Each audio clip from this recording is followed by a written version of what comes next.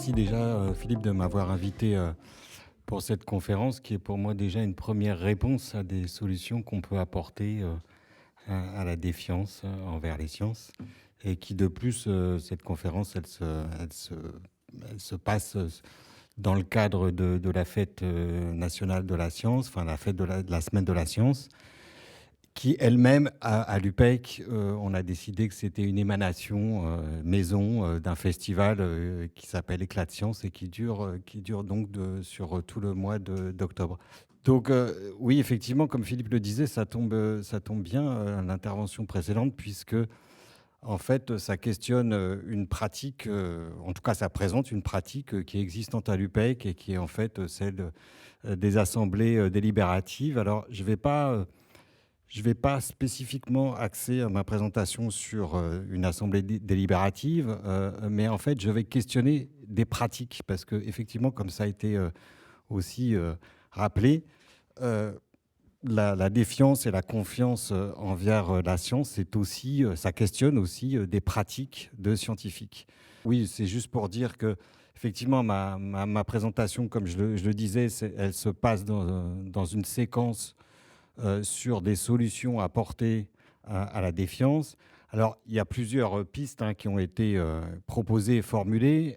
Moi, je vais aujourd'hui questionner en fait deux types de pratiques qui sont, à mon avis, bien verbalisées par le titre de l'ouvrage de Jean-Louis Laville et Anne Salmon, qui s'appelle De l'agir sur à l'agir avec. Et on comprend bien là que c'est en fait l'enjeu est une question de changer. Enfin, en tout cas, l'enjeu, c'est un rapport vraiment que la science entretient avec la société. Donc il y a aussi des incitations qui ont été, des propositions qui sont données par le pouvoir politique, notamment dans la loi issue de la loi de programmation de la recherche. Je ne vais pas trop m'appesantir là-dessus. À l'université, ça s'est traduit par la mise en place d'un label qu'on appelle Science avec et pour la société, pour les universités. Et en fait, il y a 4 axes que vous voyez là. Et en fait, là, je présente en fait des exemples d'actions qui répondent à chacun de ces axes. Donc, par exemple, à l'UPEC, on a coproduit une série de films animés qui s'appelle Les Aventuriers du Savoir et qui répond en fait à l'axe proposé par le ministère de la valorisation de la recherche et de ces enjeux auprès des scolaires. Alors en fait, on a fait tout ce programme de cette mise en place et de cette proposition d'action avec Karine Bergès, qui était jusqu'à peu vice-présidente pour Sciences Société. Et en fait, là, le programme, c'est pratiquement terminé. Et il m'a semblé aussi intéressant de ne pas s'arrêter à des incitations et des actions qui ont été proposées par le ministère, mais aussi plutôt de voir qu'est-ce qui se passe réellement chez les chercheurs dans les collectifs de recherche. Donc c'est pour ça qu'on a fait aussi, on a débuté une enquête en fait de terrain qui a questionné en fait qu'est-ce qui se passe dans vos laboratoires de recherche, qu'est-ce que vous mettez en place comme projet de recherche, comme action pour avoir une ouverture sur la société. Alors, je ne vais pas trop m'apesantir là-dessus. C'était c'était plus un témoin T pardon, un témoin à l'instant T qu'une véritable cartographie, puisque les champs et les domaines à renseigner étaient très larges. Mais on arrive néanmoins à un résultat qui, grosso modo, permet de voir que l'axe majoritaire des actions sciences et société à l'UPEC, en tout cas quand on a fait cette enquête-là, c'est celui de la médiation. C'est la partie gauche du tableau qui regroupe donc médiation scolaire, conférences publiques et expositions au festival. Et l'axe émergent auquel on ne s'attendait pas du tout de découvrir d'ailleurs, c'est celui de la participation qui donc est la partie droite du tableau qui regroupe les étiquettes expertise, production de données, transformation de pratiques et aide à la décision. Donc en fait, c'est ces deux extrêmes en fait du tableau que je vais questionner aujourd'hui. Et pour ça, justement, j'ai recherché les définitions qui étaient données à la recherche participative et que j'ai prises notamment dans le dictionnaire critique et interdisciplinaire de la participation. Et il me semble important d'être conscient qu'il y a des enjeux derrière ces deux sens de recherche participative. Et pour moi, il a été important de respecter en fait ce que je découvrais, ce que j'avais découvert sur le terrain, à savoir que euh, la recherche participative, c'est n'importe quel type de partenariat, et j'insiste un peu là-dessus parce qu'en fait, on voit bien qu'il y a des partenariats qui sont en même temps, c'est soit des collaborations, soit de la participation, soit des interventions.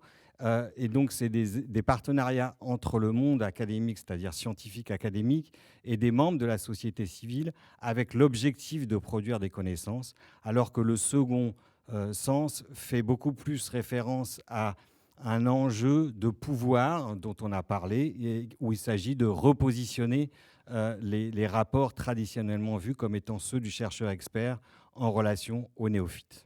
Donc pourquoi j'ai choisi deux projets qui sont des projets en histoire. Alors, la première raison, je vais aller vite là-dessus, mais la première raison, c'est que dans les études sur les recherches participatives, il y a en gros trois domaines, hein, on reparle des domaines, trois domaines qui sont vraiment très visibles, c'est l'environnement, la santé et la citoyenneté, alors que l'histoire, elle est vraiment un des parents pauvres, on n'en parle pratiquement jamais.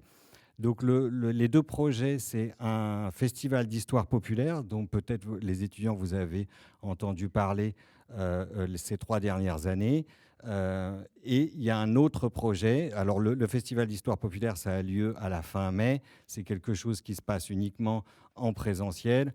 Et le second projet, c'est un site de médiation numérique sur les objets politiques. Donc je lis vraiment ce qui est marqué sur le site parce que ça permet de voir de quoi ça parle exactement.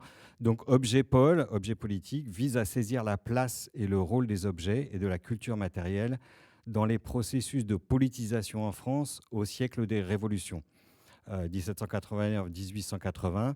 Le site rend compte de l'histoire matérielle de ces objets, des imaginaires sociaux qui les traversent, des pratiques et des gestes qui marquent leur trajectoire de vie. Donc là, c'est juste pour mettre en exergue le fait que j'ai choisi ces deux projets parce qu'on pouvait faire des contrastes assez clairs. Et du coup, sur la modalité de médiation entre les deux projets, ça diffère. Il y en a un qui est en présentiel, l'autre en distanciel. Du coup, il y a des formats de médiation qui sont différents. Dans le Festival d'Histoire populaire, il y a des tables rondes, comme aujourd'hui, il y a des conférences, des expositions, des spectacles, alors que pour le site objet politique, c'est évidemment plus des notices documentaires, des liens immersifs, des photos, des vidéos, des BD, etc.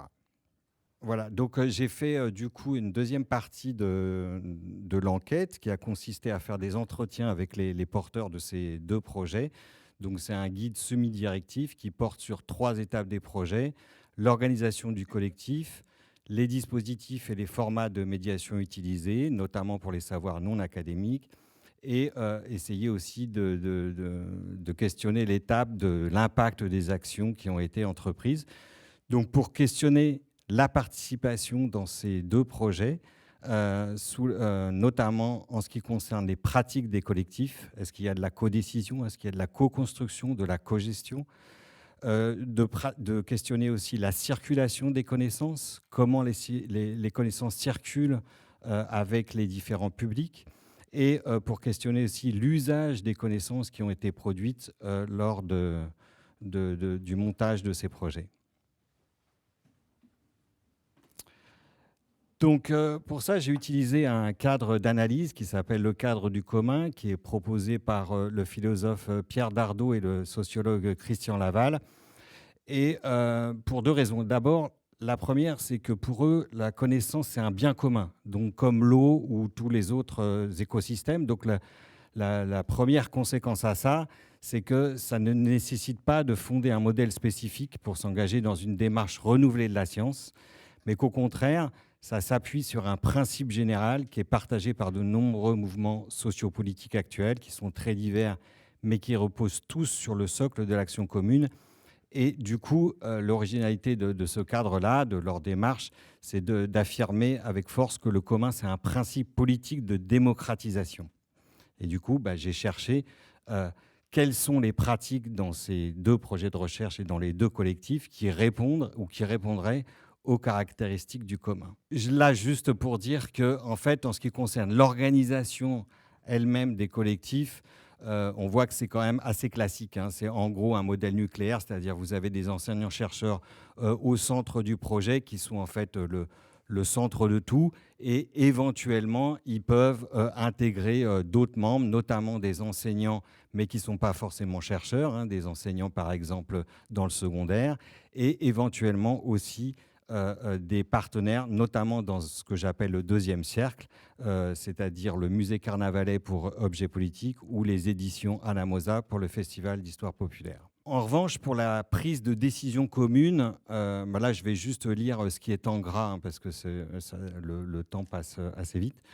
En fait, pour le projet Objet politique, ça a été clair lors de l'entretien que, en fait, il y avait deux types de questions. C'était les questions des chercheurs, qui sont en fait les questions de recherche sur les objets politiques, et puis aussi des questions de médiation qui sont plus venues là du musée Carnavalet. Et en fait, très vite, ils se sont rendus compte, en discutant, que c'était à double sens, quoi. Il fallait en même temps faire de la médiation pour que le public puisse comprendre à quoi servaient ces objets et comment on faisait de la recherche là-dessus. Et en même temps, ben, les chercheurs profitaient aussi de la médiation qui était proposée par les conservateurs. Et donc, c'est un mouvement à double sens. En ce qui concerne le Festival d'histoire populaire, là, j'ai pris l'exemple en fait d'un format de médiation qui a été en fait l'introduction à ce festival et qui était une conférence blind test. Et en fait, cette introduction, elle a été décidée pas du tout par des enseignants-chercheurs qui étaient porteurs du projet, mais par quelqu'un d'autre.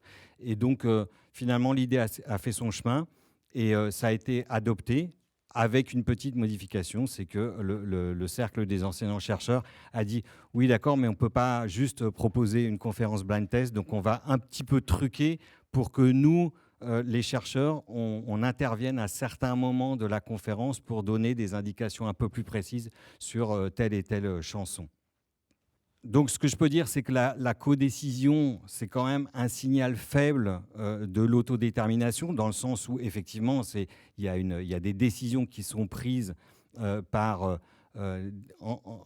suite à des discussions entre des chercheurs et d'autres partenaires. Mais enfin, ça reste quand même assez faible, dans le sens où, pour l'instant, en tout cas dans mes entretiens, j'ai pas relevé comment je pourrais dire, de formalisation de ce processus de codécision. On ne sait pas du tout si ça a été reproduit à plusieurs reprises, si c'est reproductible même, etc. Maintenant, en ce qui concerne la mise en commun des connaissances, donc là aussi, je parle du projet Objet politique. Donc je continue en fait ce que je disais tout à l'heure, à savoir que en fait les conservateurs du musée Carnavalet ont travaillé en synergie avec les enseignants-chercheurs.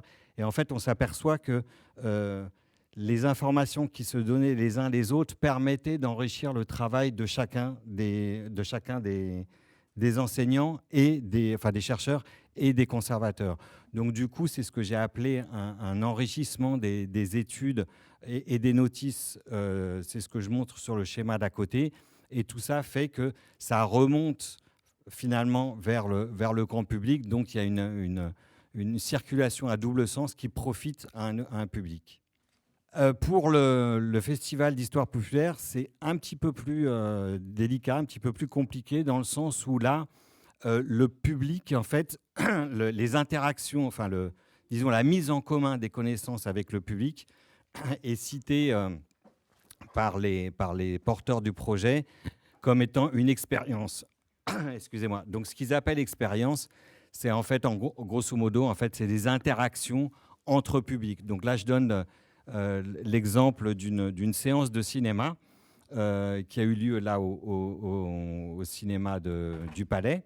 Et en fait, il y avait deux types d'invités. Il y avait des personnes âgées qui venaient d'un EHPAD et puis des jeunes qui étaient des étudiants et d'autres jeunes. Voilà. Et en fait, il y a eu des échanges.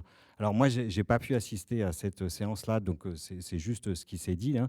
Il y a eu des échanges, a priori, entre les jeunes et les personnes âgées qui ont fait que, parce que c'est ça qu'il faut dire aussi, c'est que le film qui était projeté était un film des années 30 et ça portait sur la fête dans les années 30. Donc du coup, les jeunes ont posé des questions aux personnes âgées et réciproquement, les jeunes ont aussi expliqué aux personnes âgées comment on faisait la fête aujourd'hui. Donc du coup, pour les porteurs du projet, ce type d'interaction, c'est une mise en commun de connaissances et pour eux, c'est donc ce qu'ils appellent une expérience réussie. En ce qui concerne le droit d'usage maintenant, parce que c'est aussi important à savoir comment finalement les connaissances produites, comment le public peut s'approprier ces différentes connaissances. Alors là, il faut dire que sur les deux projets, en fait, ce qui est déterminant, c'est la modalité de médiation. C'est-à-dire que là, comme dans le cas de Objet Politique, c'est un site internet, bah, en fait, le droit d'usage, il est fondé sur des règles comme celle de l'accès qui est garanti par la qualité des ressources mises à disposition. C'est régi par les licences Creative Commons et c'est encadré en plus par un contrat avec un cofinanceur qui était ici la DRAC. Donc ce qu'on peut dire, c'est que oui, il y a un droit d'usage qui est assez libre, mais qui est quand même qui doit respecter en fait les propriétaires de droits eux-mêmes, que sont les propriétaires de licences, les contractants et les droits de reproduction aussi. Pour l'usage des connaissances dans le festival d'histoire populaire, là je prends en fait l'exemple d'un carnaval qui s'est déroulé à l'extérieur. Et en fait, ceux qui défilaient, c'était des élèves de lycées qui étaient environnants. Et ce que raconte en fait la directrice de ce lycée, c'est que les élèves, au départ, ils ne voulaient absolument pas du tout participer à ce carnaval. C'était beaucoup trop féminin, c'était n'importe quoi. Voilà. Et en fait, il y a eu tout un travail qui a été mis en place d'apprentissage et de sensibilisation par les enseignants-chercheurs sur ce que c'était que le carnaval, comment on faisait la fête, qu'est-ce que ça voulait dire que faire la fête pendant un carnaval, etc. Et ça a pris en fait plusieurs mois. Et ce qu'ils remarquent, c'est que l'appropriation des connaissances, ça s'accompagne en fait d'un accompagnement très en amont en fait. Donc ça demande beaucoup de temps. Et en fait, les participants eux-mêmes au festival, eh ben, ils sont intégrés à partir du moment où on les intègre, mais dès le début, pour fabriquer une action. Voilà, donc ce que je peux dire, c'est qu'en conclusion, sur ces termes médiation, commun, participation, ben, on peut dire que quand même, il y a l'autodétermination. Alors, je reste quand même prudent en disant que bon, c'est des signaux faibles, hein, les codécisions, c'est ce que je dis. Il y a une réelle mise en commun des connaissances qui sont différentes dans les deux projets et on a vu que ça tenait beaucoup à la modalité de médiation. Et puis il y a aussi des usages qui sont intéressants à examiner. Donc pour finir, ce que je propose, c'est qu'il est nécessaire de décrire et d'analyser des pratiques de terrain et pas en rester simplement à des choses prescriptives. Pardon. Je pense qu'il est bénéfique d'adopter le sens premier de la recherche participative, à savoir que c'est vraiment n'importe quel type de partenariat entre scientifiques et membres de la société civile, et que pour ma part, je pense qu'il est souhaitable d'affiner la typologie des projets examinés en fonction des caractéristiques de la participation, et je propose d'appeler ces projets-là médiation participative. Merci de votre attention.